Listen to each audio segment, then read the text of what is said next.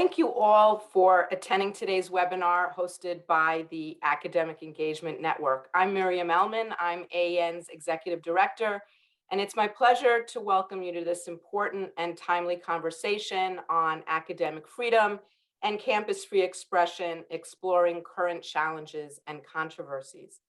I'm very pleased to see so many faculty members and professional partners and other AEN supporters joining the webinar. Now, not everyone who was interested in hearing from our three expert panelists today could make it, given their teaching and other obligations. So we will be recording the event and we will post it to our website shortly.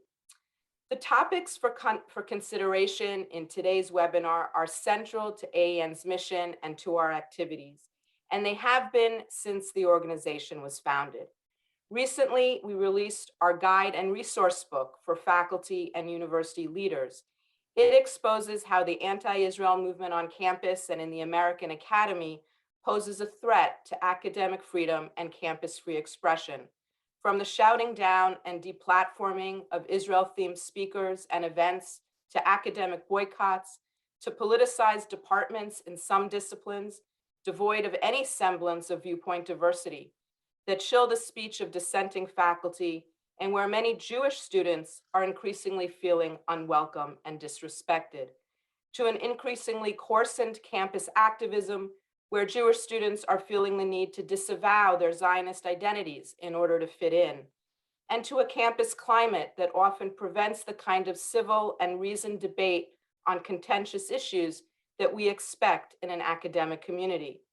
If you haven't had a look at our guide and resource book yet, I invite you to take a look at it on our website, and we hope it will prove useful as you work to advance open inquiry and inclusivity on your campuses and in your professional circles and associations. Our three speakers with us today have long been engaged on the challenges and controversies related to academic freedom, campus free speech, civic engagement, and inclusivity and diversity. And over the years, and I know many of you, have benefited greatly and learned from their work and their insights. We are delighted to have Michelle and Sam and Jacqueline with us to share their current research and the important work being produced in their respective centers and institute. And so with that, let me now turn the floor over to my colleague, Rafa Shams, who will introduce our three expert panelists. Rafa, the floor is yours. Thank you, Miriam. I'm Rafa Shams. I'm AEN's Director of Communications and Programming, and I have the pleasure of introducing our three speakers today. Before I do so, I just want to request from all our participants that you wait to type in your questions into the chat until after the presentations are over and the question and answer period has begun. So now on to our three speakers. We're so thrilled that you've joined us today. Jacqueline Pfeffer Merrill is the director of the Bipartisan Policy Center's Campus Free Expression Project. Prior to joining the BPC, Dr. Merrill was the executive director of the Fund for Academic Renewal, a program of the American Council of Trustees and Alumni. Earlier in her career, Dr. Merrill served on the faculties of St. John's College in Annapolis, known for its great books curriculum, and the College of William and Mary. Her work has appeared in venues, including the Chronicle of Higher Education and Inside Higher Ed. Dr. Merrill earned her BA from the University of Calgary and her MA and PhD from Duke University. And Samuel J. Abrams is a professor of politics and social science at Sarah Lawrence College and a faculty fellow with New York University's Center for Advanced Social Science Research. He is also a non-resident senior fellow at the American Enterprise Institute, where he focuses on questions of related civic and political culture and American ideologies. Abrams is the author of several books on a variety of topics, including public opinion, Congress, religion and society, and political polarization, and has been widely published in the New York Times, the Washington Post, the American Interest, and the Chronicle of Higher Education, among others.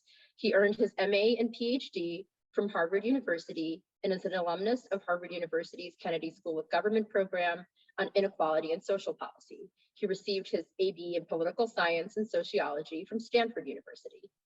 And finally, Michelle Deutchman is the inaugural Executive Director of the UC National Center for Free Speech and Civic Engagement, which explores how the fundamental democratic and academic principles of free speech and civic engagement should enrich the discovery and transmission of knowledge in America's colleges and universities. Before joining the center, Deutchman served as Western State Civil Rights Counsel and National Campus Counsel for the Anti-Defamation League. Deutchman also teaches a course on contemporary free exercise issues at the UCLA School of Law. She earned her JD from the University of Southern California Law Center, where she graduated Order of the Coit, and she has a BA in Political Science from the University of California at Berkeley. Jackie, Sam, Michelle, we're delighted and honored that you're joining us today and look forward to hearing your insights. So now we'll start with Jackie, and then Sam, and then Michelle. Thank you. Well, thank you, Rafa and Michelle. I want to know what the order of the hoof is now.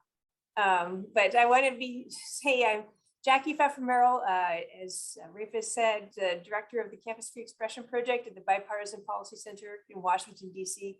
And I want to start by thanking the Academic Engagement Network for the opportunity to appear along with my very distinguished panelists, Michelle Deutchman and Sam Abrams. And I want to congratulate Miriam Ehlman, Rafa Shams, and the entire Academic Engagement Network, indeed on its new guide that was just mentioned, Anti-Semitism, Jewish Identity, and Freedom of Expression on Campus at the Bipartisan Policy Center. We put out once a month our top 10 reads on campus free expression for the month. And we were very pleased in the issue that was posted on our website today to feature this important resource guide. So congratulations and thank you. Today, I've been invited to speak about the Bipartisan Policy Center's Academic Leaders Task Force and its report, Campus Free Expression, a New Roadmap, released shortly after Thanksgiving.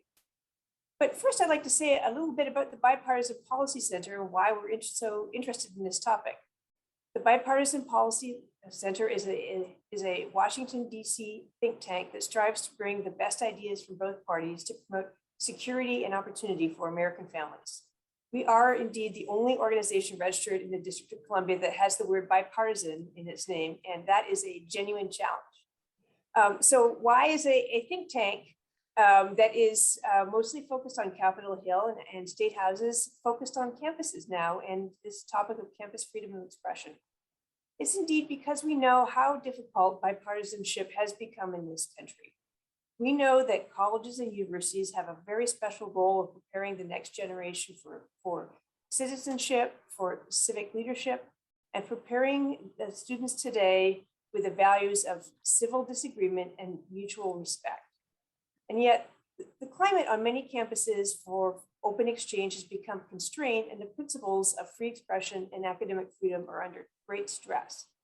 That makes it harder for colleges and universities to fulfill their academic and civic missions and creates obstacles to preparing the next generation for bipartisan leadership capable of forging constructive compromise across principled disagreement and capable of doing more than this generation has done to raise the level of civic discourse in our country.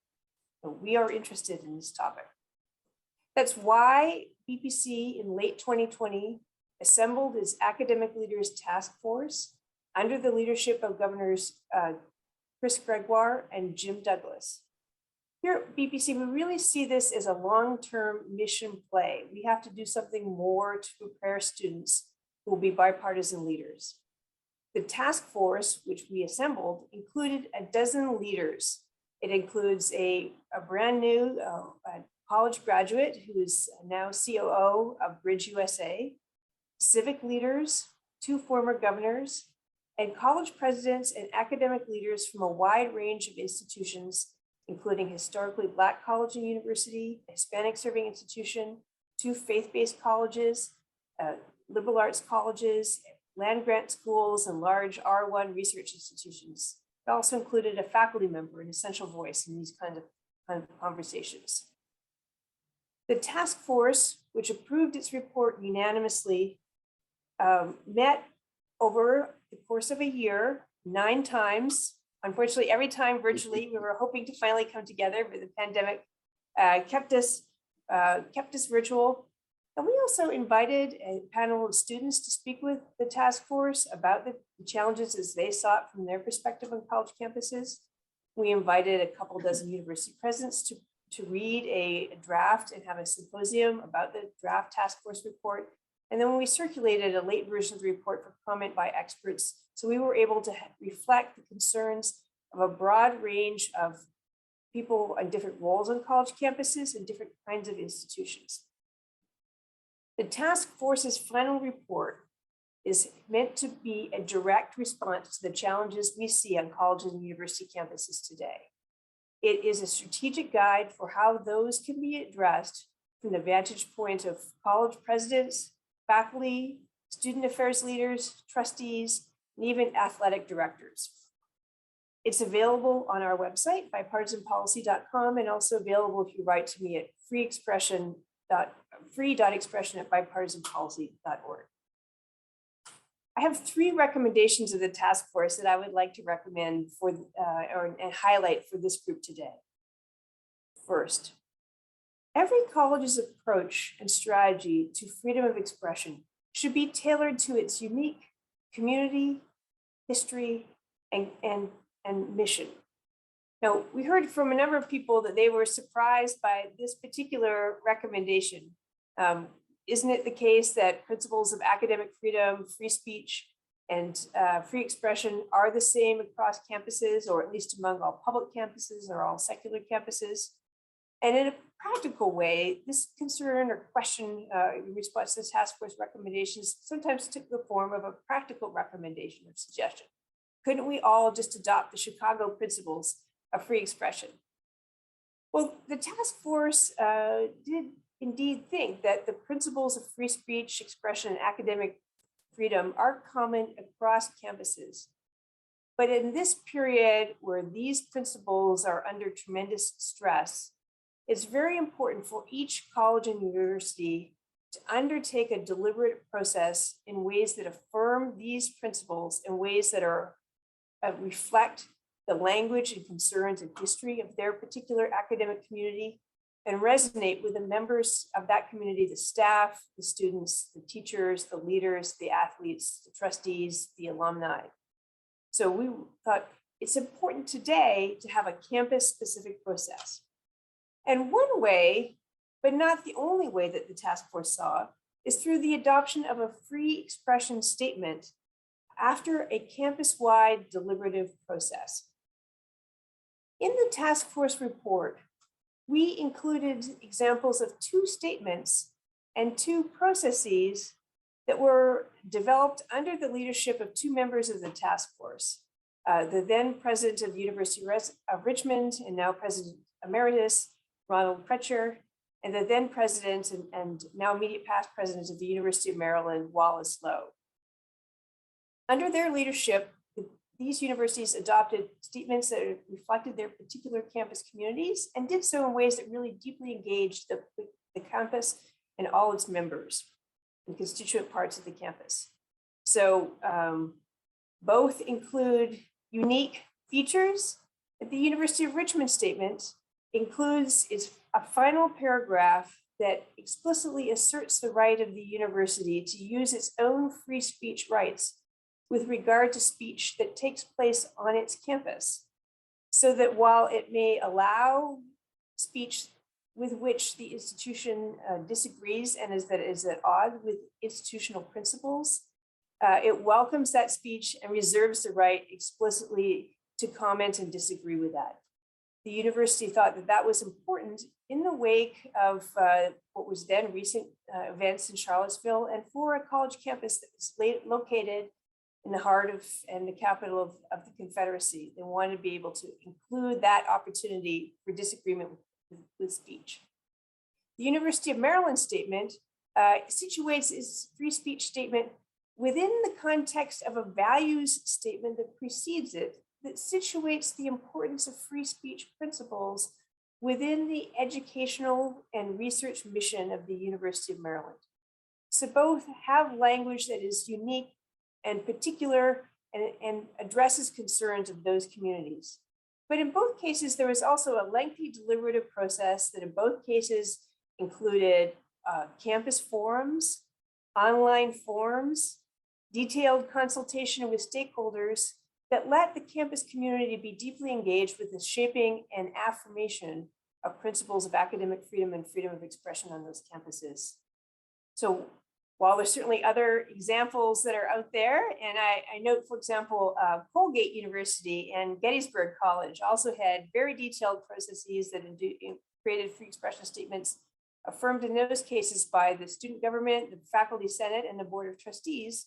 We thought we wanted to include and highlight features of these two statements and processes as one example of ways in which campuses could, through a campus-specific way, affirm these principles that are under tremendous stress today.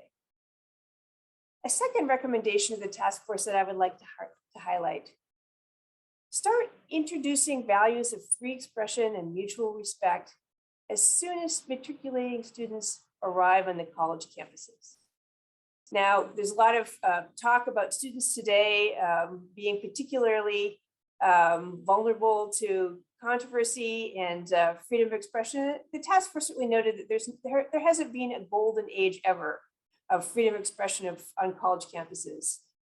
From the success of Leland Stanford's widow getting a faculty member dismissed for speaking against her railway business interests, to the Committee on Un-American Activities, the Vietnam protests, more recent kerfuffles. There's always been times of real stress on college campuses.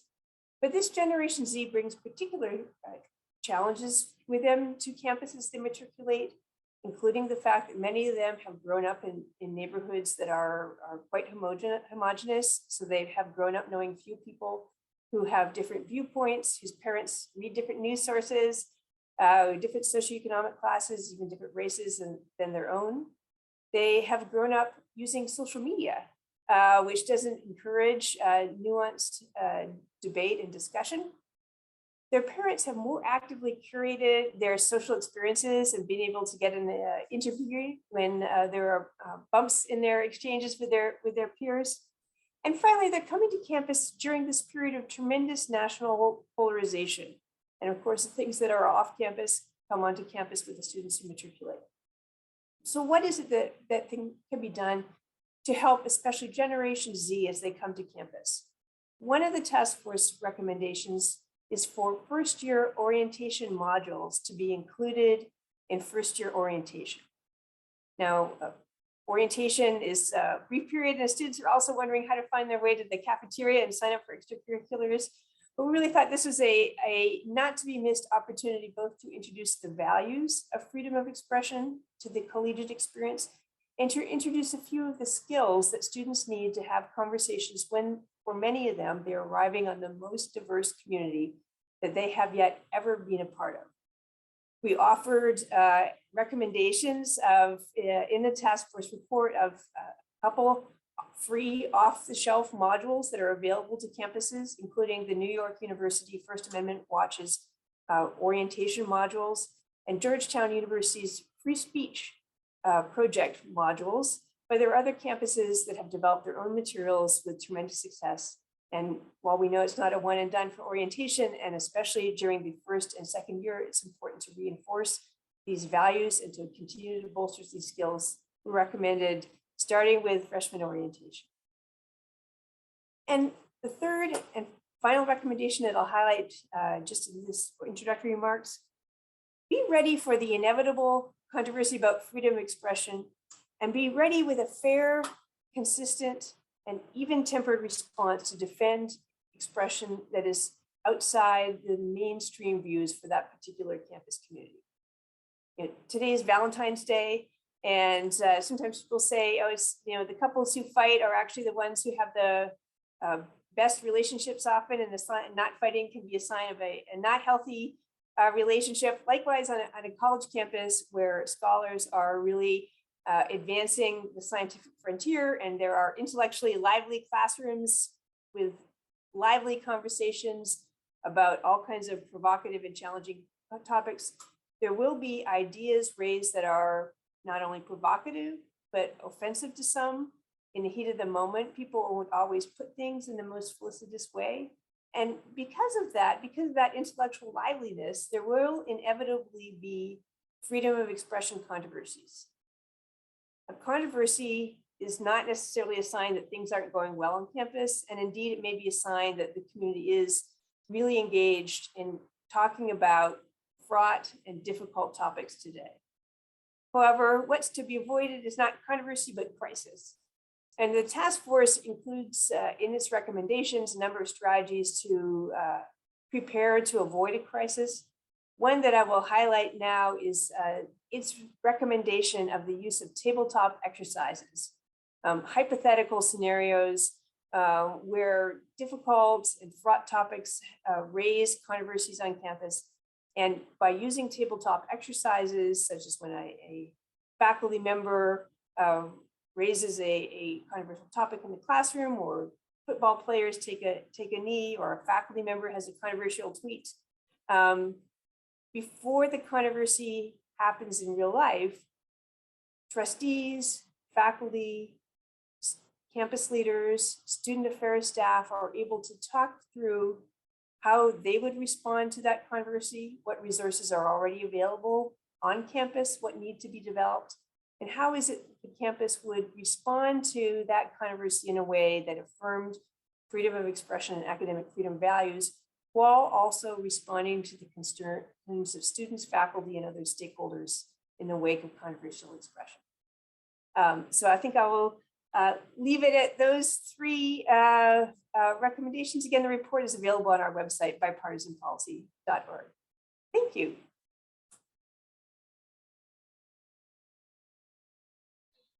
Thank you, Jackie. Now on to Sam.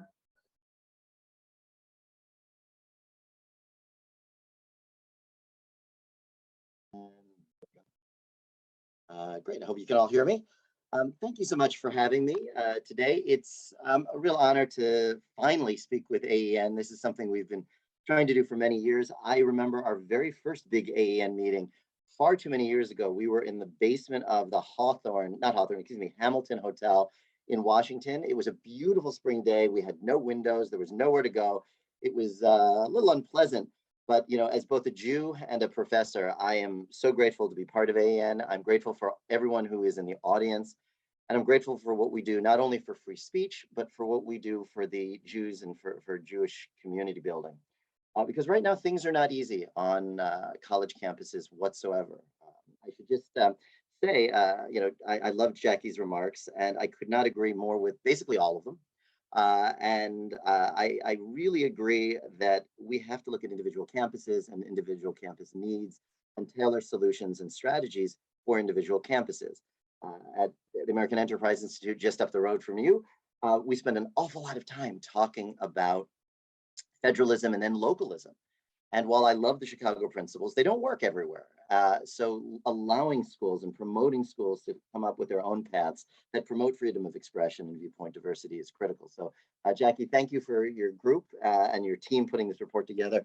I highly recommend it. For my remarks today, I thought I would do three little chunks. The first is to mention a few things about me, not because I care to talk about myself, but it's a journey I think many faculty have had. Talk a little bit about the current state of freedom of expression and the bad stuff with it. And then the final part, talk about why I'm hopeful and optimistic about freedom of expression on our college campuses. And then I have some recommendations, of course, as well. So the first thing to say is that I've spent the last 20 years or so in higher education looking at freedom of expression. And the reason for that's really very simple. I'm a graduate of Akiba Hebrew Academy in the Philadelphia suburbs. I absolutely loved it there. I love being Jewish. I rarely get to talk about this, so I'm moving my hands a bunch and I get to talk this way. And the reason I loved it was that Akiba was a pluralistic day school. We had Orthodox folks, we had Reform and Reconstructionist folks there. We had people who just identified as Jewish. And what was great about this was that we were all uncomfortable at some point. That is exactly the point of viewpoint diversity and a real education. We are supposed to be made to be sometimes uncomfortable when our views, beliefs, prejudices, and ideas are challenged. This is a very good thing. And when I went off to college, it was really either I was going to be a rabbi or a professor. Both of these paths sort of suggested that you could live in this world of ideas, debate, dialogue, and discourse. I went off to college at Stanford. It was a challenge being Jewish then. At the time, our Hillel was small. There wasn't a very vocal Jewish community, much more secular than what I had grown up with. But I had a great time. And I had a great time because some of my favorite memories were taking walks with friends of mine through the foothills or driving late night to the In-N-Out Burger, where I actually would not eat the hamburger. I had a grilled cheese. But the point is, we argued all the time, and I loved it. We had so many guests on campus, and even in my dorm, I'll never forget, we had Sherman Alexie one week, and the same week we had Dinesh D'Souza. There were no protests. If you didn't like it, don't come. But at both events, I remember, were flowing rather, and huge numbers of people loved it, and they argued and they debated. And even in our dorms, there were no faculty or administrators or omnipresent, RAs. I would go to bed angry some nights. I would go to bed confused some nights. And I know some other folks felt the same way. This was great. It challenged my norms, my priors, everything. I loved it. It's what I thought the university should be. I then headed off to graduate school on the East Coast. I lived in the usual PhD bubble. It was weird. And then in about 2008, 2009, right during the financial crisis, I emerged. I was in New York and wanted a job in the New York area. And this school called Sarah Lawrence College, which turns out is one of our nation's leading progressive liberal arts colleges, had a job opening. And I applied and was fortunate enough to be able to get it. And I've been at Sarah Lawrence for over a decade.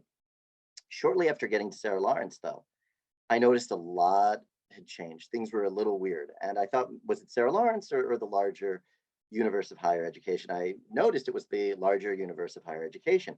Students were shutting down conversation. Students didn't ask questions.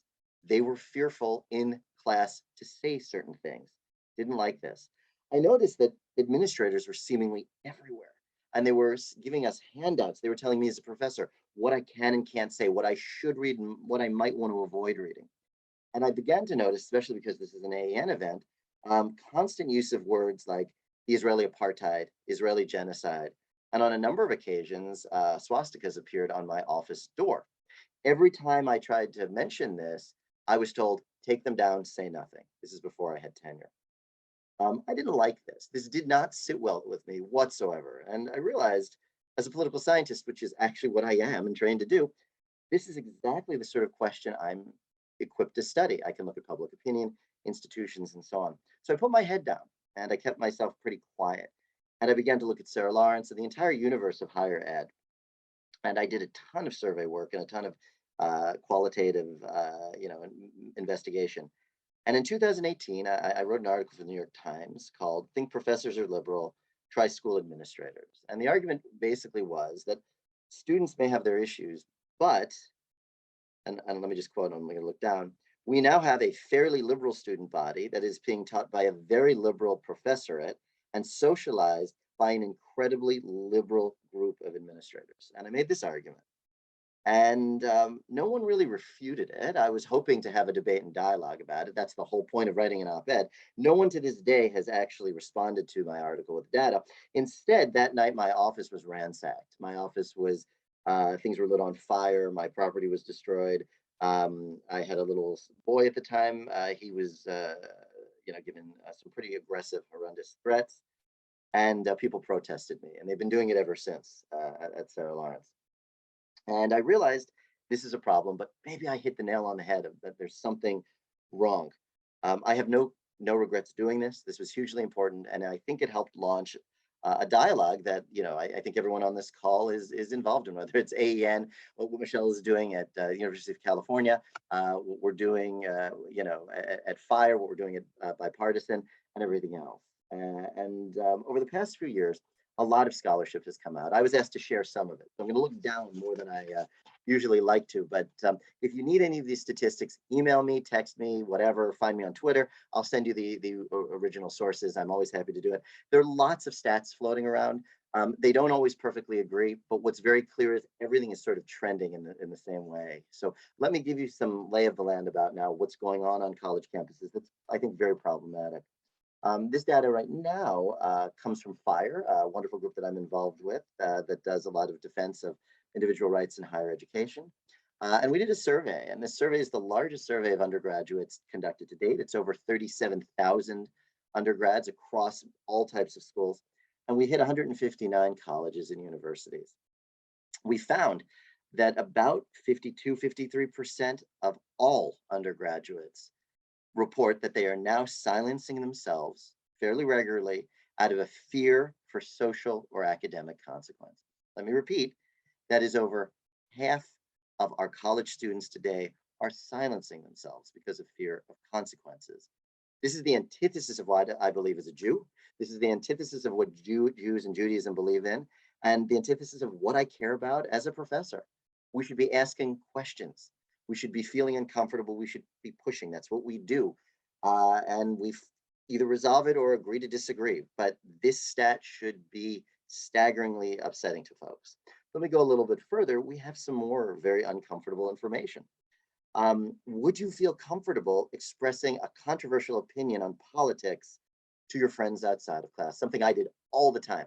And my closest friend, whose birthday incidentally is today, and I fight all the time. And I love the guy to death, and we agree on almost nothing. And that's why I think we care about each other to the degree that we do. And I wish you were on the call to say hi, but I'll text him later.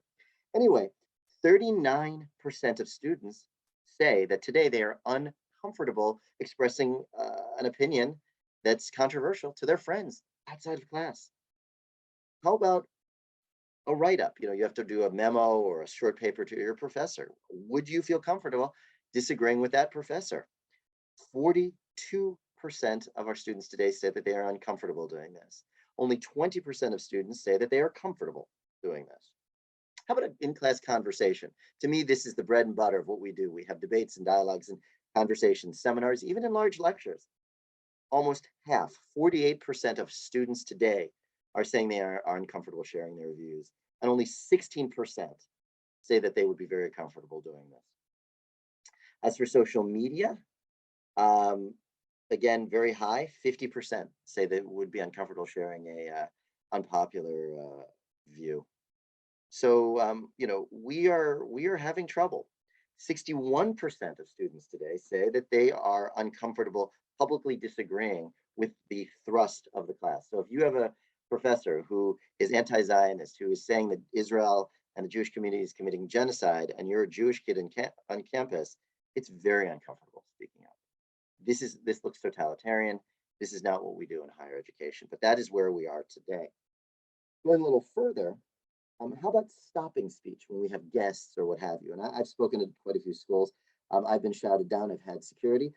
I welcome being shouted down, and I love arguing and talking to the students who want to shout me down. In fact, they often are taken aback when I said, why don't we go get a drink afterward? Or, if there's a place to get a milkshake, let's do that and let's talk. They almost never take me up on it, incidentally.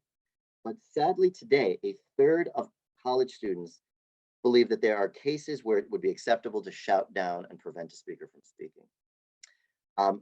13%, so a little better, believe that there are cases where you can block and physically stop your peers from hearing an idea or an opinion.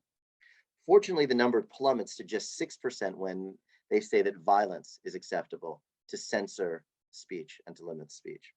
But 6% is too much. This is too high. This is, again, not what we do in our colleges and in our universities. In terms of some just general trends here, liberal arts colleges are indeed worse than universities. We finally know that. I thought this was the case for quite a while being in a liberal arts college, but we now have empirical evidence that that is true. There are a number of articles that right now are floating around saying that, oh, religious schools are better than this. They're more tolerant, they're more open because they're religious orientation. There's more love, things like that. No, that's not true. Religious schools fare no better than anybody else. Sorry, those impressions are just wrong. As a political scientist, what I love to tell students is you're absolutely welcome to your own opinion, your own feelings, but it doesn't make those opinions or feelings facts, and we have some facts. And finally, the students who are most likely to try to shut down speech and to try to silence others tend to come from backgrounds that involve humanities and what I call at AEI and my colleagues call some of the harm studies. These would be gender studies, various race and ethnic studies groups. I know people don't like that term, but if you take a look at the curriculum, they're pretty aggressive that way. And students who identify as LGBTQA+ tend to be more likely to try to cancel others. I understand that may be an upsetting fact for some. I've written about all of this, and the truth is that that is what the numbers look like. Feel free to read the full write-ups on my webpage at AEI, and I'm happy to respond to anyone. That is what the data is showing. That all being the case, just checking the time, we're good.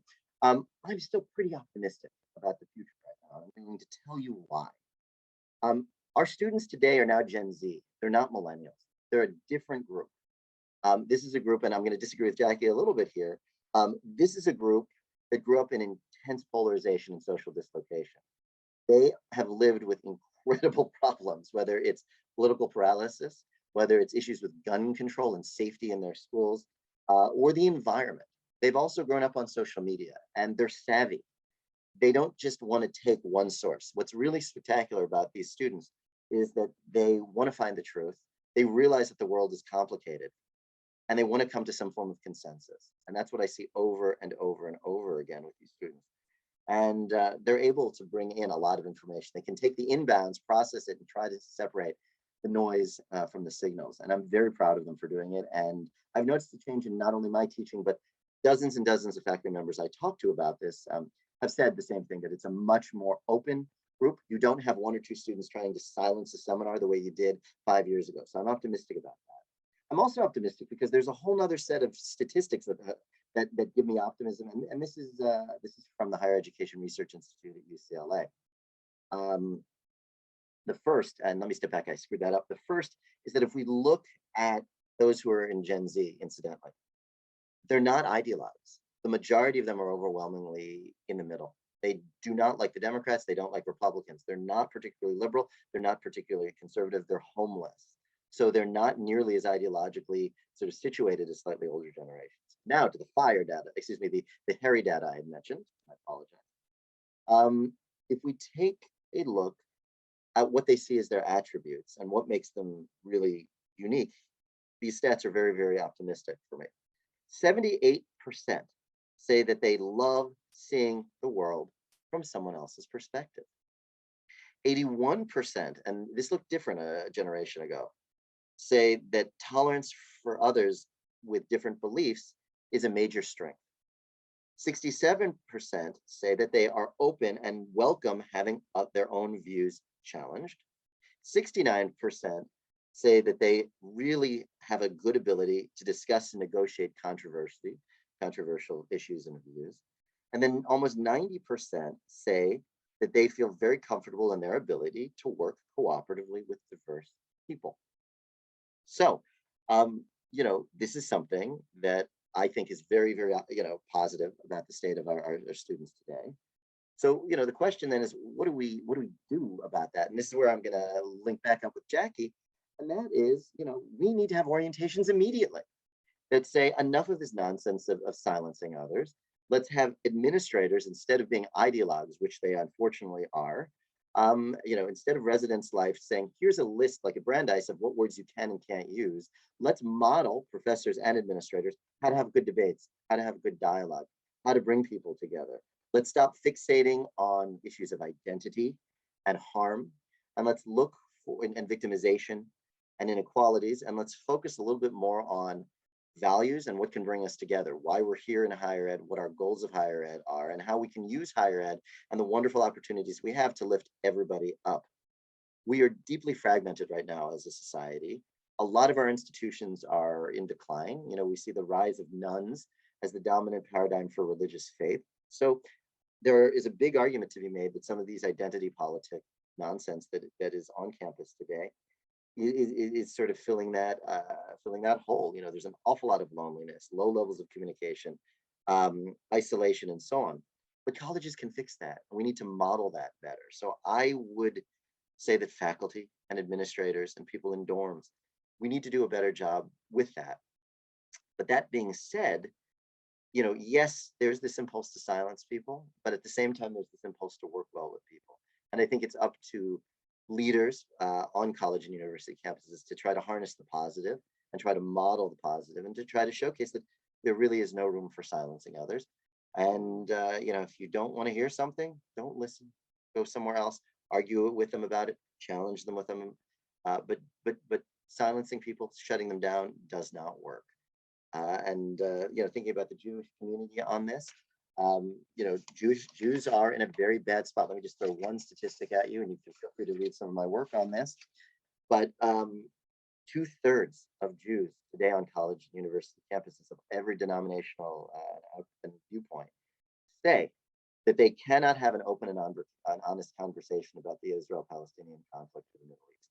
So you have 2/3 of Jews basically silencing themselves. Take the Jews off the table, only 29% of college students feel the same way. So the Jewish community, the Jewish students are being quiet. We need to do something about that. I'm happy to talk more about that later, but I know my 15 minutes is up. So let me stop there and say thank you for listening.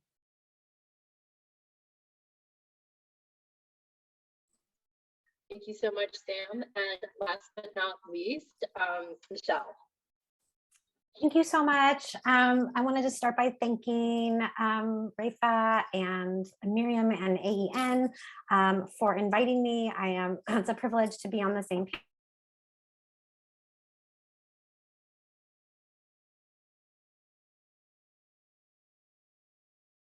in my role at the Anti-Defamation League. I was there for almost 15 years.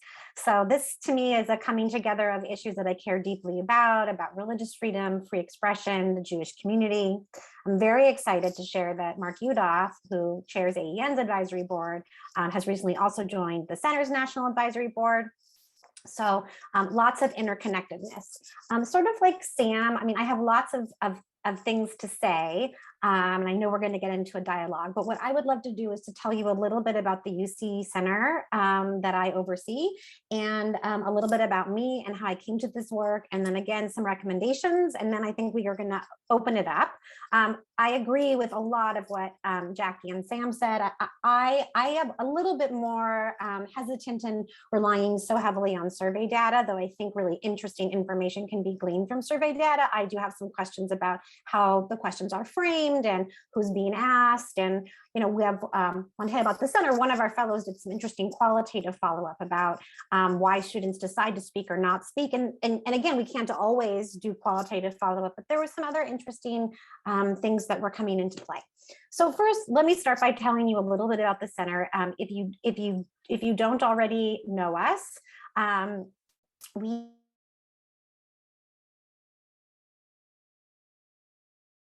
you may remember that 2017, there was a narrative that was sort of, I think, really emerged, which was this sort of free speech crisis on campus. And there were sort of two main events that I feel like really were highlighted. And that was the visit of Charles Murray at Middlebury, which resulted in violence. And of course, the visit of Milo Yiannopoulos at UC Berkeley, go Bears, that's my alma mater, which unfortunately resulted in violence and serious property damages. And I think that led a lot of people to question about whether that generation or following generations of students understand and respect the First Amendment. And so President Napolitano decided to form the center, and our mission is to explore the intersection of expression, engagement, and democratic learning, and to consider what can be done to restore trust in the value of free speech on college campuses and within society at large. We have two governing bodies, our National Advisory Board, which is led by our co-chairs, Berkeley Law Dean Erwin Chemerinsky, and then UC Irvine Chancellor Howard Gilman. We also have an academic advisory board that has faculty members from all of the 10 UC campuses. Our research and programming is available at no cost. We do monthly webinars. The most recent webinar at the end of last year was on academic freedom and whether it's under siege in a different way than in the past. This month, we're hosting a panel about student activism against sexual assault on college campuses and how universities can balance expression and due process issues. We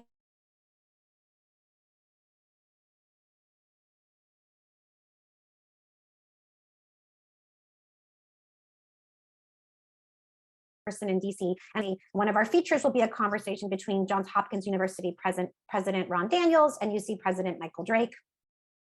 I also just want to highlight that we have so we are the UC National Center. Obviously, our roots are in the UC system, but we want to have a national impact on what's happening in the landscape about expression and engagement. And so we have a national fellows program. Every year we select 8 to 10 fellows from a broad range of disciplines and backgrounds, such as law, journalism, higher ed, social science, tech, government. And fellows receive funding to further the national conversation related to expression and democratic participation on college campuses. The work of the fellows is geared toward the pragmatic, ultimately toward creating resources for people like you, faculty and administrators who are in the field and dealing with these challenges on a daily basis in all parts of campus life, whether it's in the classroom or the dorm or the quad.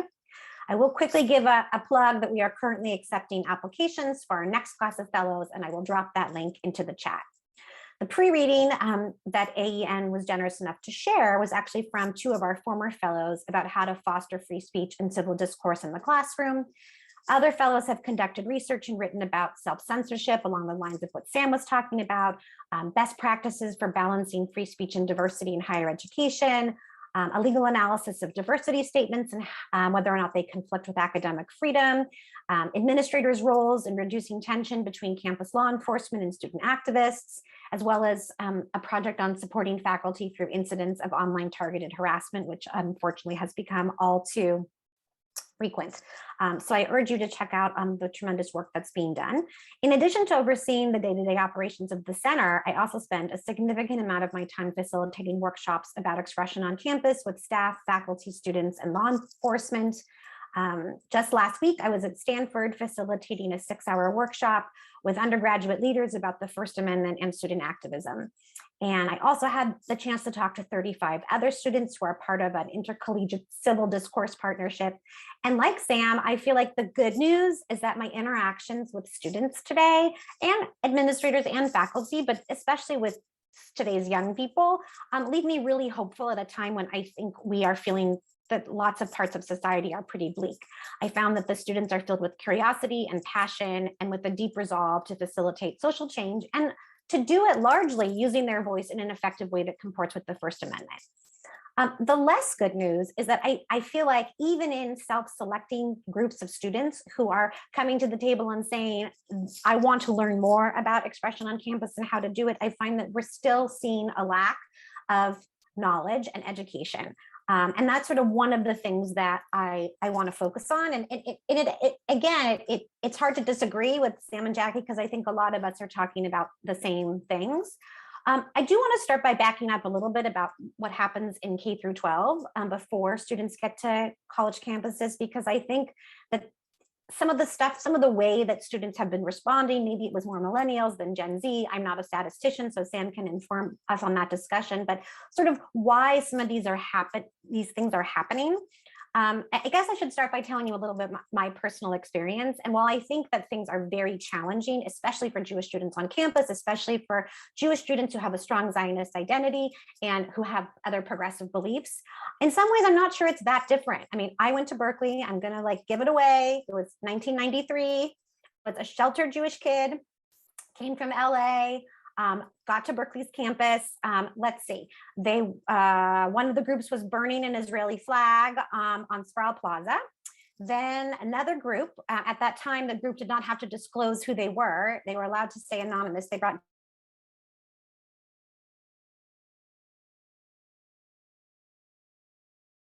at a silent candlelight vigil protesting that David Irving's viewpoints. At the time, I will say, I did know enough to know that we weren't going to be able to stop him from coming, but I really wanted to be able to protest the message, right? And we were handing out information.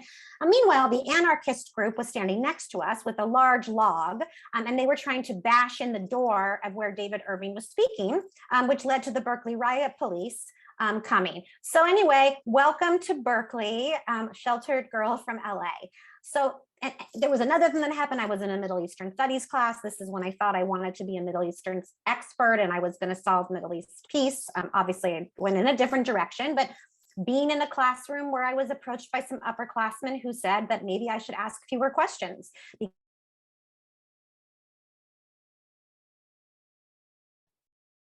Michelle, you might be having some technical difficulties. You seem to be going in and out a little bit and freezing once in a while. Oh, you're fine now, but it just happens every couple of minutes. Like you're frozen right now. Let me see if I can move to and go on the move. Okay. All right. Is this better? And you froze when you were telling us about the upperclassmen telling you to stop. Okay. Is this better or no? Not better? Yes, better? It's better right now. I mean, and we could hear you fine earlier. It's just that once every few minutes you would freeze. Okay, I'm sorry to be moving you. This is sort of, you know, how it is. I'm gonna just move downstairs and I'm gonna hope that that's better. And you were saying that you didn't hear the part about the upperclassmen. Can you hear me That's where better you now, froze. Rafa? That's where you're froze. Okay, I was saying Yes. that I was counseled against asking challenging questions to the professor who at that was known for having an anti-Israel bias. So I certainly had learned a lot of lessons really fast when I was at Berkeley, and I'm not saying that it's good. It wasn't good.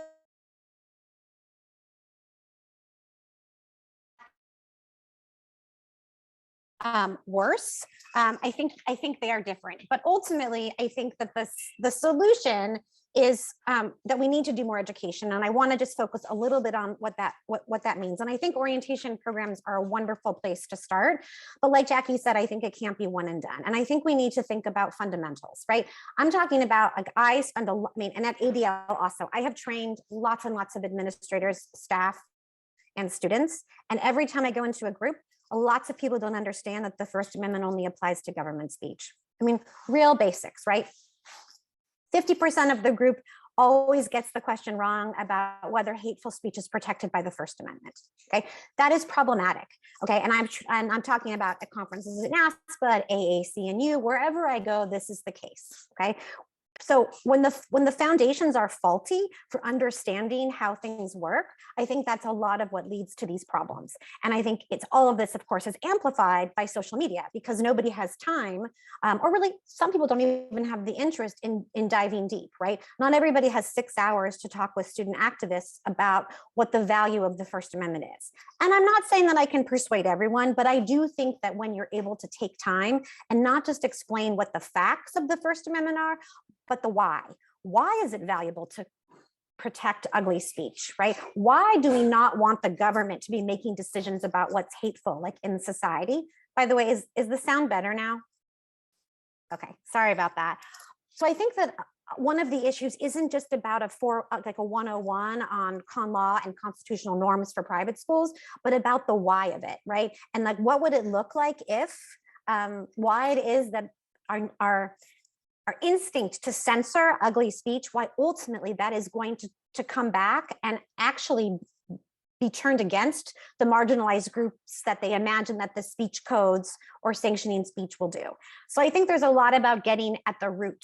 I also think that the framing, I think, could also be a little bit different in that we're such a rights-based society. And of course, First Amendment rights is like a pillar of the university, it's a pillar of democracy, but framing it as rights and responsibilities, right? Kind of like with Spider-Man, with great power comes great responsibility. Well, with First Amendment rights come responsibilities. And I think that faculty in particular and administrators have a job in helping students understand how to use their rights responsibly. And, you know, some people might argue that that seems patronizing. You know, I thought there was a really great example. It happened at UCLA. The college Republicans were going to bring Milo Yiannopoulos, and sort of a conservative faculty member, I think it was Gabrielle Rossman, wrote a note in the Daily Cal. And he basically said, I support your right to bring this speaker, and I support UCPD's ability to stop people from heckling or shouting down the speaker, but I don't think that you're bringing him to campus is a choice that makes sense for our academic community in terms of like, right, robust inquiry and knowledge. And therefore, I don't, if you decide to bring him, I'm no longer going to support your club. Now, some people will argue that that was like pressure and that there's power dynamics. And of course, I actually saw it as a window into a way that faculty and others can mentor students about how to use their rights responsibly. And I think that also goes to outside groups, right? And I don't always want to be pointing my finger at groups that are more to the right. I mean, a lot of those groups I think are very well funded, but in general, right? When you have an outside group that is giving student groups a lot of money and asking students to do certain things, who is guiding those students about how to make those decisions? Those are hard choices. And one thing that I learned that I thought was really interesting, which I hadn't heard about at other colleges, maybe some of your institutions do this, was at Stanford, they only allow 50% of funding to be given by an outside group when a speaker is coming to campus for exactly like the reason that I'm talking about. Right. So we have basic knowledge, we have rights and responsibilities. I think we also have to acknowledge that the First Amendment is flawed. I think sometimes what happens with universities is, and we'll get into it later about responding to hateful speech, because I absolutely agree that universities have a responsibility to respond when there is speech that's protected but doesn't comport with someone's values. But just to acknowledge that, like, yeah, that's right. The First Amendment wasn't written by everybody. It didn't include women. It didn't include people of color. And like, we get that. I find for me that I've realized, like, by sort of being disarming about it, of just like, yes, this is flawed. It's not perfect. Damage is done by hateful speech. But yet, despite all of that, I still think this is the best system of government. I find that that can be useful. And I guess the last thing I want to say before I quickly turn to academic freedom is also to say something about what students are being taught as they grow up. Now, again, I'm speaking as a parent of young kids, and we spend a lot of time at home, talking about words, the meaning of words, the impact of words, what words you can use, can't use, right? I'm like the government, right? In K through 12, obviously it's much more restrictive. But I do think that there is something to be said about this generation of students that I do think is a little different, being raised on sort of anti-bias and anti-bullying programs that we've inculcated them, right? With this instinct that when someone uses an offensive term, but like, you tell them to stop. And I think that part of the problem is when you don't pair that with some civic literacy and engagement. I don't think it's a surprise that 18-year-olds are showing up on large campuses, particularly public ones, and they don't know what's happened to them, because there is, name your person, left or right, there is so-and-so speaking, saying all these things that you've been taught are maybe anathema to your personal values or your religious values, and you don't know what to do. And so I think that there has to be more of a continuum right between K through 12 and the bridge to college, as opposed to just this like K through 12, it's very restrictive and sort of the school's going to get to make lots of rules, but like then you're going to get dropped off at Berkeley and good luck, which is very much how I felt my experience was. And I think two other things, if we have the time. Rafa, do we have the time? The moving downstairs sort of threw me off from looking at the time. No, yeah, you have a few minutes. Okay.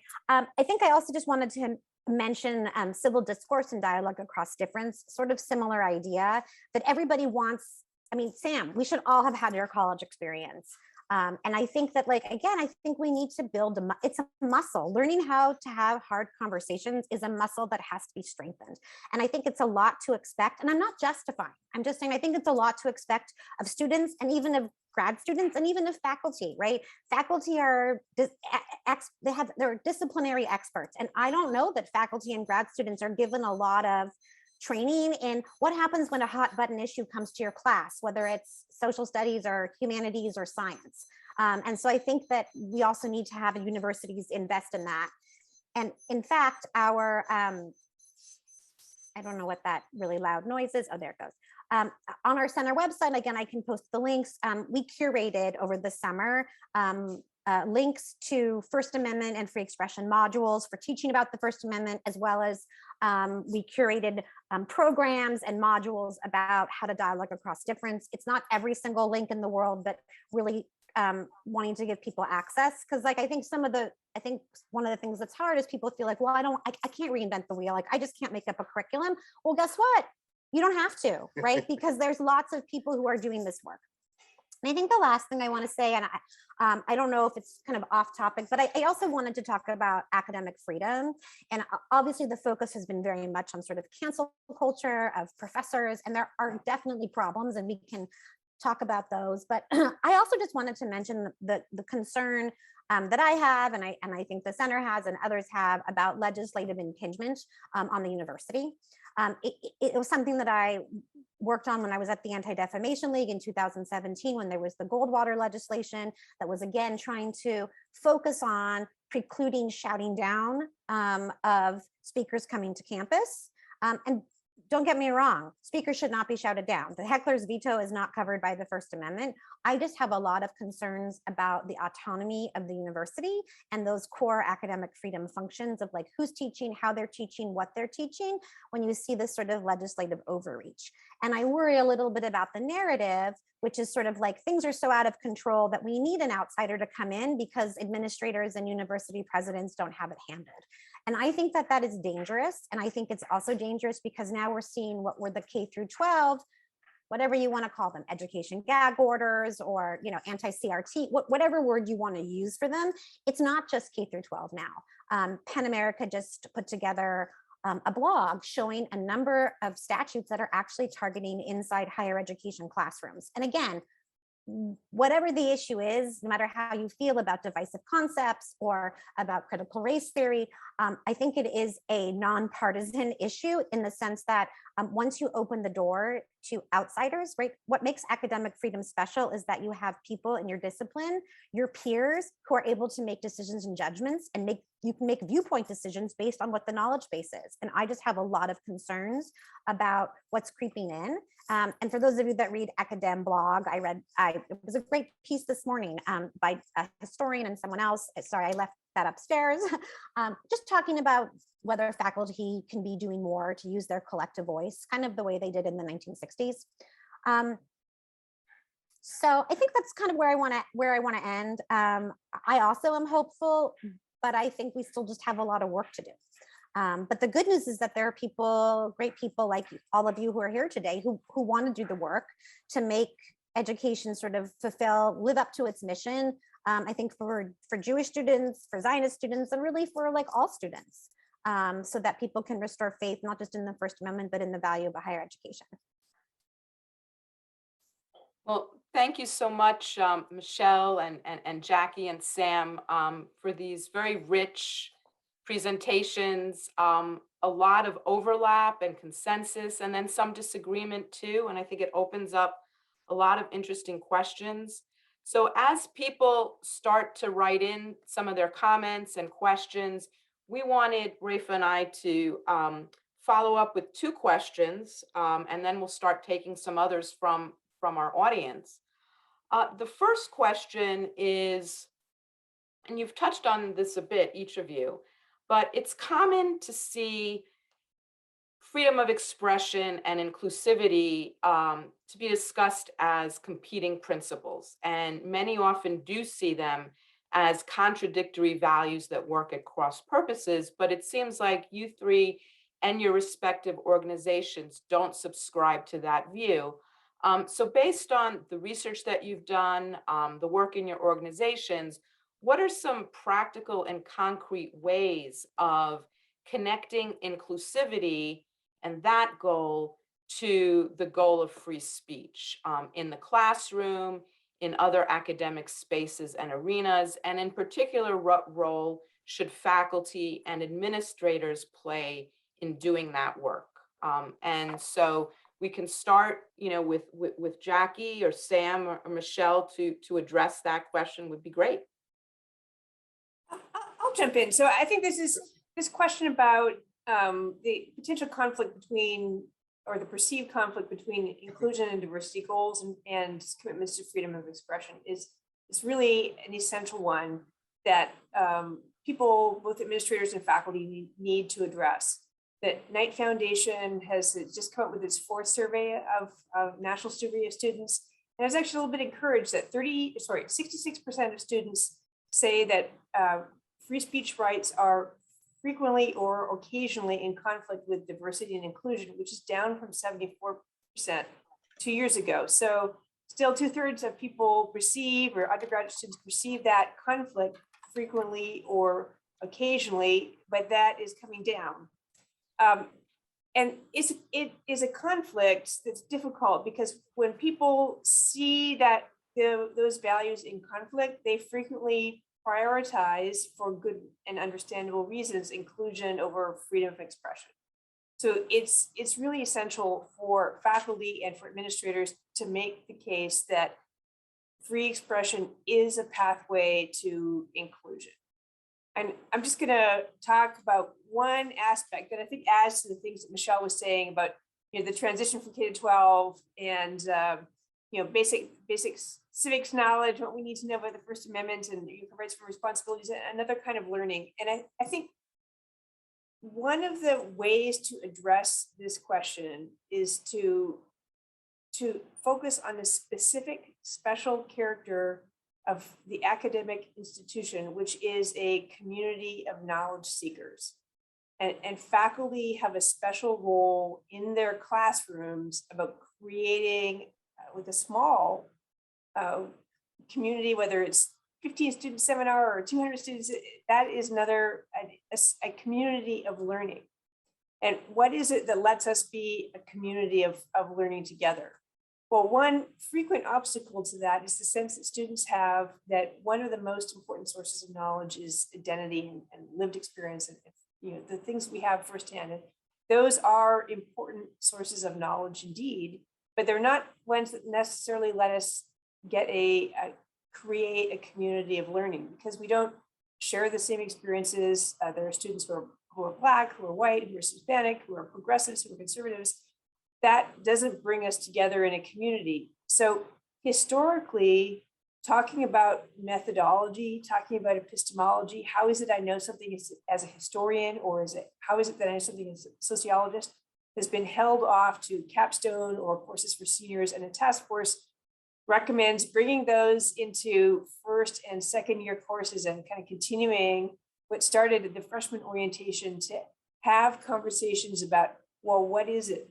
What counts as evidence as a historian? How is it that I make my case as a sociologist? So that we can create inclusion in a community of learning, whether it's the campus or just one classroom, that lets us go beyond our individual identities.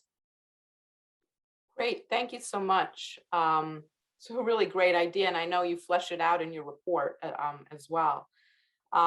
Sam, do you want to take a stab at this? Yeah, so I actually agree with everything Jackie is saying, and I think that you're completely right. These questions of how do we come to know what we know shouldn't be, in capstone courses. They need to be the first things we do. So I just wanted to say also with Jackie and Michelle's points, a lot of this has to, a lot of these problems have emerged because we've dropped civics from at least the American high school education system. I work with a whole bunch of groups right now trying to push civics and American history back into the center, because, as Michelle, I think, definitely pointed out, most Americans don't even know what their rights are. They don't understand the First Amendment. They also don't understand how to argue and how to debate. Thinking back at it, I never learned how to do this in college. I knew how to do this because I went to Akiba Hebrew Academy. I learned how to do this because I studied the Mishnah and the Gemara. I didn't necessarily take a class in any of this. I take it for granted that I understand this and enshrine it. The problem with doing this is that it's not even money necessarily that can solve this. This requires just an enormous effort on the part of thousands of faculty members who really understand that they need to create these communities in classrooms. That's absolutely what I try to do. I basically tell my students, for instance, that we are not recording anything. We're going to do the CFR, Council on Foreign Relations, sort of rules of order, where anything said, cannot be attributed, but we can talk about the ideas outside of the class. And then you start looking at it, being as empathetic and compassionate to the differences in the room. So we understand what those differences are, work through those differences, and then try to find the truth through different epistemologies and approaches that we can. It's exhausting. It's a lot of work. But once you do this, and I see a lot of faculty doing this, especially at liberal arts colleges, we don't have blobs, because everyone understands that we're there to find some form of telos or truth. And then we do it through, critical inquiry, where it's not personal, it's not based on identity, or one of my least favorite words, lived experience. My lived experience doesn't, again, mean that it's truth. It's just my lived experience. That doesn't mean my lived experience is invalid. It doesn't mean my life and my views are irrelevant for it, but that's one narrative. And my view is legitimate, but so may be the other 15 people in the room. So my approach is not attractive. It's slow, it's, intense, and, but I think it can happen. And if you look in the other direction, if you look at how these seeds were planted, folks who, took the opposite approach and really embraced identity politics, they did it through small seminars gradually over the last 30 years. So it's something that can be changed, but it's going to be a lot of work for faculty. But I think it's worth it, because I'm not ready to give up on higher ed. It's who I am. And I think it's, to both of your points with Michelle and Jackie, this is the key to our country. Our success depends on it, not just as thinkers and adults, but it's how we come up with new developments, whether they're in the humanities or the sciences. Berkeley and Stanford have changed the world really very, very strongly. because of open inquiry. I would hate to see that stop. Well, we also aren't ready to give up, Sam. We have 850 members who I am are probably not one. ready to give up, and Not you're gonna one of happen. them, and are committed to help our students and help ourselves and create healthy learning communities for all. So thank you for some of those suggestions and the hard work that you do.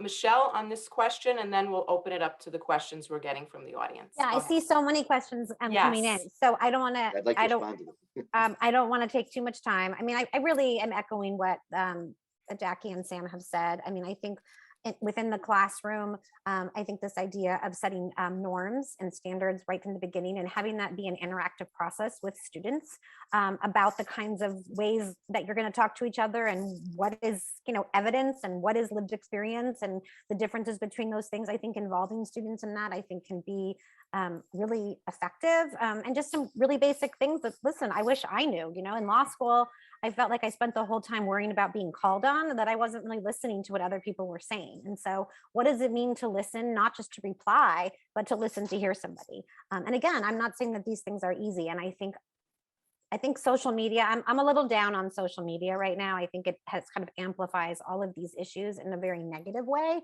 which is a whole separate question.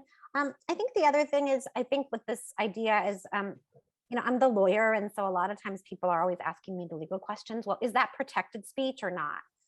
And sometimes that's the hardest question, but I think my experience in 20 years as an attorney is realizing that the law is a very blunt instrument and that a lot of these things are not going to be solved by laws or regulations. And kind of to like lean into that a little bit, I do think there is, in terms of this inclusivity and free speech, and look, do they come into friction? Of course they do. Are they mutually exclusive? I don't think so. But I do think, and again, people on this webinar might have different feelings about universities using their voice to respond to things not just happening on campus, but in the world, whether it's Colleyville or some other kind of thing that's happening. I think it's really important when you're going to make a statement, especially at the highest levels, that you do more than invoke the First Amendment. I think you have to acknowledge it, but then I think you need to be specific. I have seen, unfortunately, lots of anti-hate statements, especially in situations where Jewish students or others are targeted. Just saying hate is bad is not going to do it. You have to speak directly to the group that is being targeted and to and to what their specific needs might be. I think there always has to be a focus on safety and inclusion. And I think, like what Jackie said, I think you have to prepare. And if preparing means you rip a story from the headlines and you get an interdisciplinary group together and you work through it, because if it's not you today, it will be you tomorrow. And I just want to make a caveat and say that I don't think it's always an easy choice about when administrations should send out those kinds of notes to the whole campus community, because again, it becomes a question of consistency. And unfortunately, there's a lot of horrible things that happen in the world. And so do we send one every time? So I don't know that I have the exact formula, but I do think that if you're going to make a statement like that, especially about the First Amendment, you should couple it with the focus on the other values as well. Thank you so much, Michelle. We spend a lot of time in AEN trying to decide whether we should tell a university president or chancellor, you need to speak out on this issue, and then giving advice how to speak out. And there's also, not only should the university speak, but who speaks for the university, right? And this whole issue now of departmental statements and what kind of guidance regarding that is now being contested and discussed. So really important questions you're raising here and important points that you're raising. We're glad to have you as the lawyer on the panel here. So thank you. Rafa, do you want to open it up to one of the questions we have so many coming in now, so please. We have a lot, and we have a really excellent dialogue going on in the chat as well. I just want to note that the chat will be saved. So we'll be happy to send that out, an edited version of it, and when that's ready. It's a very spirited debate going on right now, and a lot of people are sharing links and ideas, etc. So the first question I'm actually going to, for the sake of time and content, I'm going to combine a few thematically similar questions into one. Some people have noted that there seems to be an obvious double standard when it comes to different types of speech, that oftentimes what a lot of people might consider hate speech against Jewish or Zionist students is treated differently than that might be targeting other groups of people. And there seems to be a pretty blatant double standard on many campuses on that. And similarly, we'd like a discussion on how free speech principles apply to professors who might be intimidating or otherwise being hostile to students who identify as Zionist on campus. And there are oftentimes, as Miriam mentioned, departments that are using sort of their departmental authority to issue statements against Israel on campus, which might have a chilling effect on other faculty and might have a chilling effect on students as well. So I'm wondering, how do you balance the the free speech principles you also eloquently spoke about with some of these more pressing issues on double standards, how different groups are treated, and how the campus can become inclusive for Jewish and Zionist students? Sam, yeah, why don't you go first? So there is way too much to talk about, and I could talk about all of these things for hours. One thing that just gets under my skin like nobody's business is departments don't have free speech. Departments need to be neutral. Departments do not make political statements, period. Even if we all in a particular department agree on something, we're not political actors. The schools are not political actors. They are facilitators. They are the cauldrons for the debate and the dialogue. They should not be taking political positions. And when they do, it is a disaster. And to the wonderful chat, and that's why I wrote typical AAN chat, because of course it's a level of sincerity and depth that I don't see in so many other chats. So thank you all for putting that into the chat. This is not what we do. This is not a healthy approach. And it's a blunt instrument, because if you don't agree, who knows how the faculty and administrators have silenced other members of their department. That's a real problem. And what I do, but I'm unusual because I really just don't care. Come at me, but I see this intimidation all the time. Faculty in my, up until recently, no one could figure out what any of my political leanings were, and that was very deliberate. Although faculty are allowed to share them, but when I see a faculty member, and I'll just say this, bullying his or her students, that is a problem. That's not what we're there to do. We're there to facilitate, to educate, to lift up. From the Latin root, that's what we do. Yes, and I agree with the thing here. Placing political statements on the department website and hiding behind it's not an official position is no better. I completely agree. I will confront the other faculty member. And what has happened time and time again is the faculty member backs off within seconds. Because the one thing I know for sure, and I think Jackie being a PhD, you can agree with this, at our very core is open inquiry. That is why we gave up earning a living, a good living. That's why we do what we do. And Miriam, I think, absolutely true. We do this because we actually care about epistemology and truth. And once you hold someone accountable and you say, that's not what we believe in, I've never had a faculty member not back down within seconds. I don't do it, to Michelle, threaten lawyers. I have lawyers. I don't threaten, my colleagues at FIRE. I don't try to bring them in. It's just, I use decency, and to your point, which I love, norms. There are norms, better, and they work. But, we need to do that with our AEN membership, but I also understand that structurally, it's scary, it's dangerous, and it's dicey for a lot of people. I'm very lucky to have wonderful colleagues outside of Sarah Lawrence and through the American Enterprise Institute to back me, but I also fully understand how precarious the position it can be. But for those of us who are not as precariously positioned, I see it as a deep honor and privilege to be able to stand up for this stuff, and ditto on students who stand up for this stuff. Whenever there's a student around the country who finds him or herself in some trouble, I immediately try to find them on Twitter, Instagram, whatever, and reach out to them. They need the support. That's a lot. I know we do that at AN. We can do that and say, hey, you're not alone. There's a huge community that backs you. Thank you for standing up for this. And that can, when I started doing this and would get inundated with support, it makes all the difference. And I really, really do think so. That's hugely important. Its core departments don't take positions, and they shouldn't. They need to stop. It silences speech. It induces fear, and it shuts down open inquiry and viewpoint diversity. I'll stop. Thank you, Sam.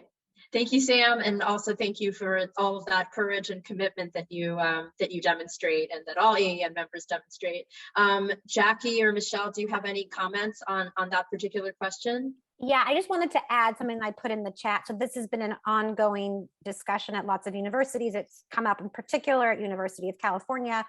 Our last webinar, which I can't get the link right now for some reason, but I will send it to Miriam and Rafa to send out, was actually focused on this idea and this question about departmental statements and whether they are in violation of, academic freedom and sort of what the role is. And anyway, what I put in the chat, again, someone's already writing to me that it's a frightening letter. I'm not saying I agree with it. I'm just sharing information, which is that there was issues that came to the UC Academic Senate about department statements. This was the response. I mean, it's publicly available, just so you can see how universities are dealing with it. I'm not saying it's a particularly satisfying answer. I think it's very, very fraught. And I also think that I get the sense that people are very afraid to start to put limitations on faculty's ability to speak, whether that's as a department or not. And again, I'm not saying that's right, but I didn't think that this particularly helped really get to the resolution. I'm just sharing it. And I think it really is a huge problem because as a student, I could imagine feeling very uncomfortable if I saw a professor who had signed that, or that my department that I was majoring or minoring in had signed that. So I think it's very, very challenging. And it's interesting. I don't know who put the book in. I was not aware of this book, Jews Don't Count, but I actually had a friend over yesterday, and we were talking about Colleyville, in fact, and we were talking about whether our respective universities had sent out notes to the community about Colleyville and whether they should have or they shouldn't have, and whether it was worthy of it. And he was saying, well, you should just read, Jews Don't Count by David Badiel. So I think that it's very interesting. And I think there is questions that people have about, does anti-Semitism rise to the same level? Is it treated the same way? And that's not a question that we're going to be able to solve in the next 12 minutes on this webinar. But I think I agree with Sam. I understand it's not an ideal thing, but I think to the extent that you have the power and the ability, the job security to call either, not even call out, but call in some colleagues and help educate them about what anti-Semitism is and why, statements about Israel do impact people's Jewish identity and how they're very intertwined. I think a lot of people they're just parroting a message. But again, it feels like it's small steps, and often it's 3 steps forward and 2 steps back. And I know that there's a lot of great organizations that are doing guides and programs, especially for students. But I think it's really, really hard as a student to be the one to step up, especially if it's a faculty member. So to the extent that faculty members can help other students, I think that's great. There's more messages. I'm going to stop talking.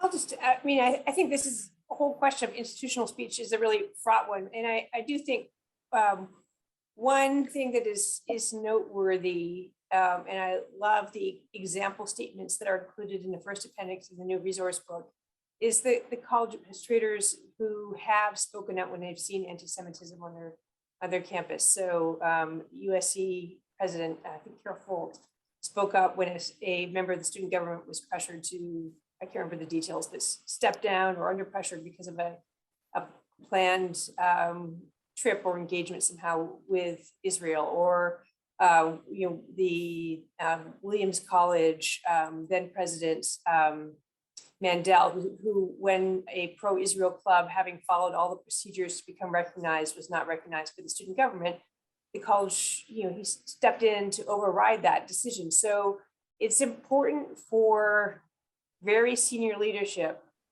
when they see such things, and to step in and show the upholding of those principles of equality of all the members of the campus community, and the ability to associate, make a club on campus, or just to be involved in all kinds of activities on campus.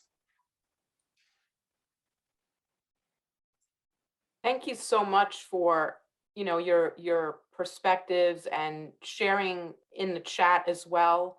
As many of you know, AEN from the leadership team as well as faculty have been very engaged on the issue of departmental speech and departmental statements, and in particular the way in which in some of these disciplines it seems to be baking in anti-Zionism into the pedagogy and the instructional and institutional practice of the department.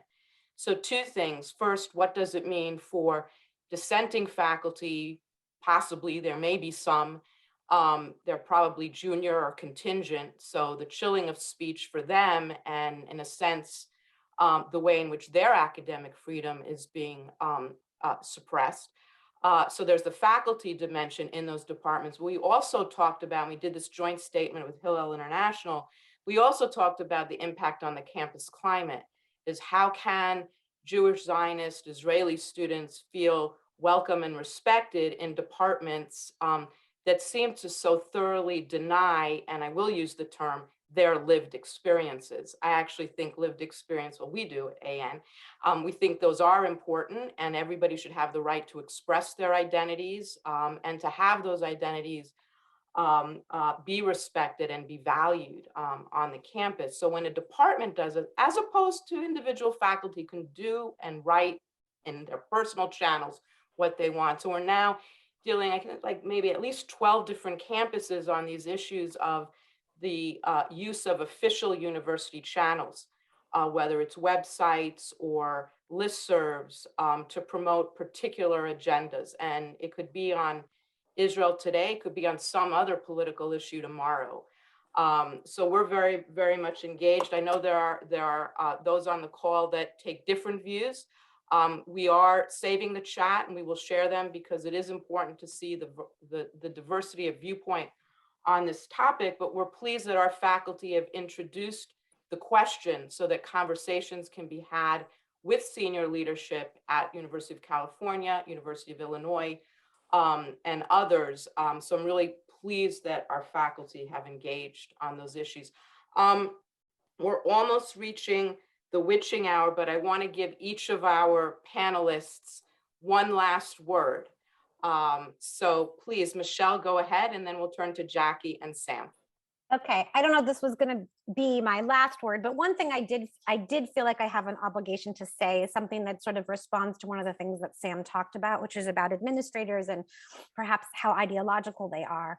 And I guess I can say, I think especially in my time at the center, I've had more interactions with training and working with administrators than even with students and faculty. And I do feel like I want to give a shout out because yes, there certainly are always some problematic situations, but I actually really think that sometimes administrators get painted with a very broad brush. And I think they actually, my experience has been, but for the most part, they really are trying to do the right thing, and that often they are really caught between a rock and a hard place. And that their identities, they may share the identities of students that are being targeted, and yet they have to toe the line about free speech. And I just think we should try to have a little bit of, I guess, Rachmanis for what it might be like to have that experience. Not that I'm saying, Sam, you don't, but I guess I just wanted to give a shout out to that group of people that I think, especially in the last couple of years with all the civil, rights protests and with COVID, I think they're fleeing the profession. And I think that's very, very concerning. And anyway, that's where I am. I think that I'm going to put I am going to put my email in the chat also. I welcome a continuation of this discussion. I really appreciate being invited, and it kind of makes me almost miss the old days where we were having to go back and forth with UC about the principles against intolerance. For those of you that were part of that, you remember it was enough to give you an immediate headache, but it worked out. Thank you, Michelle. We'll have you back many times. And yes, absolutely, Rahmanut or sympathy for administrators that are often placed in a tough situation. Jackie, go ahead. Well, I'm going to end by picking up on one of Sam's points that the overwhelming number really want to have, students and faculty really want to have these conversations. And that's why it's so important to have policies and statements that let us backstop expression so that we don't have the experience that we should be having on campus disrupted or undermined by a censorious minority. Yes, and I would just say that everybody needs to read. I printed out on my home computer, so it doesn't have color, but it's perfect in black or white or color. It's an excellent document, Jackie. Kudos to the task force and all the work that you do. Sam? So I want to thank Michelle for your comments about administrators. My work, what I'm saying is a gross oversimplification. These folks do incredible work. No, but I've even written quite a bit about this. I was on a Zoom a little while ago where a number of the panelists basically said they should all be fired. And I said, absolutely not. And I would like to point out that there is a person who I publicly thank named Jamila Bowman, who did wonders for me when I was 19 at Stanford University. I'm still in her debt. And if anyone knows her and can get that, I could email her too. That would just be weird. But do not think that I do not appreciate a lot of the hard work they do. And my own remarks were not adequately precise, but given the nature of the forum, if this were me lecturing, I think I'd be very targeted. And if you look at my work, I try to certainly do that. So no, it's not all administrators are bad. They allow us as faculty to do our jobs, and I'm grateful for that. I guess the final thought I would have is that while these are elite institutions, meaning colleges and universities, this is where our ideas come from. This is how we progress as a society. It is truly, I still get chills, when I walk onto a new school. I go to their libraries. I go to the bookstore and try to get a T-shirt, assuming they still have physical bookstores. These are sacred places, and whenever I'm invited to speak, I do the best I can to get there because I just get such a thrill seeing new college and university campuses and meeting new students. For those of us who are professors on this call, this is such a gift, a blessing, and a privilege, and we have to protect it. And doing that means putting ourselves out.